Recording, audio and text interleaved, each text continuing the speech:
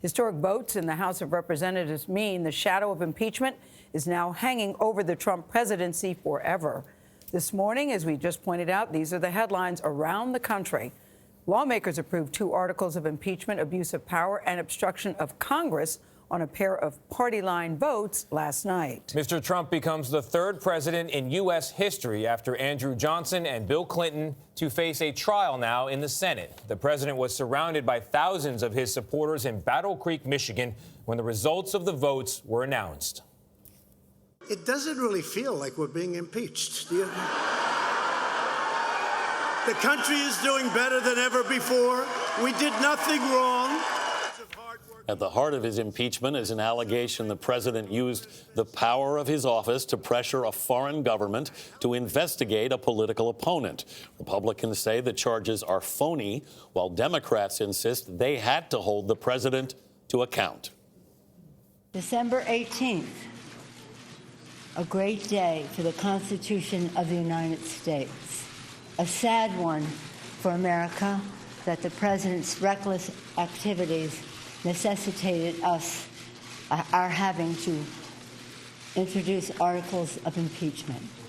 This morning, we'll discuss impeachment with Senate Democratic leader Chuck Schumer and the president's spokeswoman Stephanie Grisham. First, we go to Nancy Cordes, who was on Capitol Hill for last night's historic debate. Nancy, where do we go from here? Well, what would typically happen, Anthony, is that this would all move over to the Senate for a speedy trial. But it appears that House Democrats are delaying the naming of impeachment managers. House Speaker Pelosi says she's concerned that the Senate trial won't be a fair one. The yeas are 229. The nays are 198. Present is 1.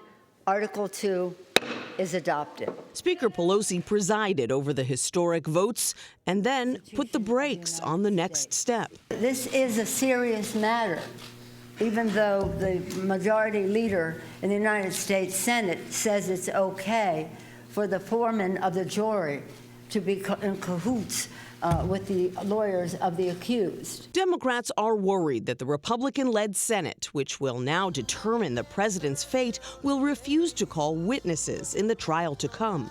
Last night's votes broke, as expected, almost totally along party lines, with all but 4 House Democrats voting for both articles of impeachment. Today, we take a stand against corruption and abuses of power. About 250 House members spoke during a full day of debate, questioning the other side's motives and its facts. Democrats did not choose this impeachment. This majority say, be damned with anything else. We're going to impeach and do whatever we want to do. Why? Because we won an election. I guarantee you, one day you'll be back in the minority, and it ain't going to be that fun. What they can't say is this president has upheld his oath of office. No, they can't say that. All they can say is, we don't like the process.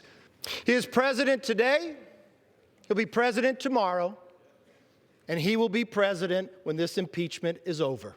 Speaker Pelosi called it a solemn moment in the nation's history, even urging her members not to clap after the final votes. Article 1 is adopted.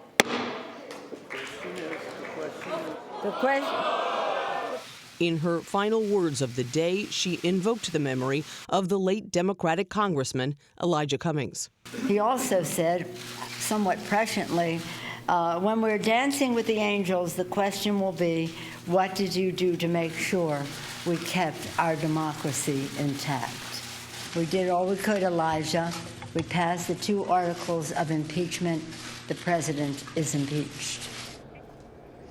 Senate Leader Mitch McConnell says that he is going to speak on the Senate floor about impeachment this morning and that he is going to meet with his Democratic counterpart, Chuck Schumer, by the end of the week. But what is clear here this morning, Tony, is that while one battle over the vote in the House has ended, the next battle has already begun. Nancy, thank you very much.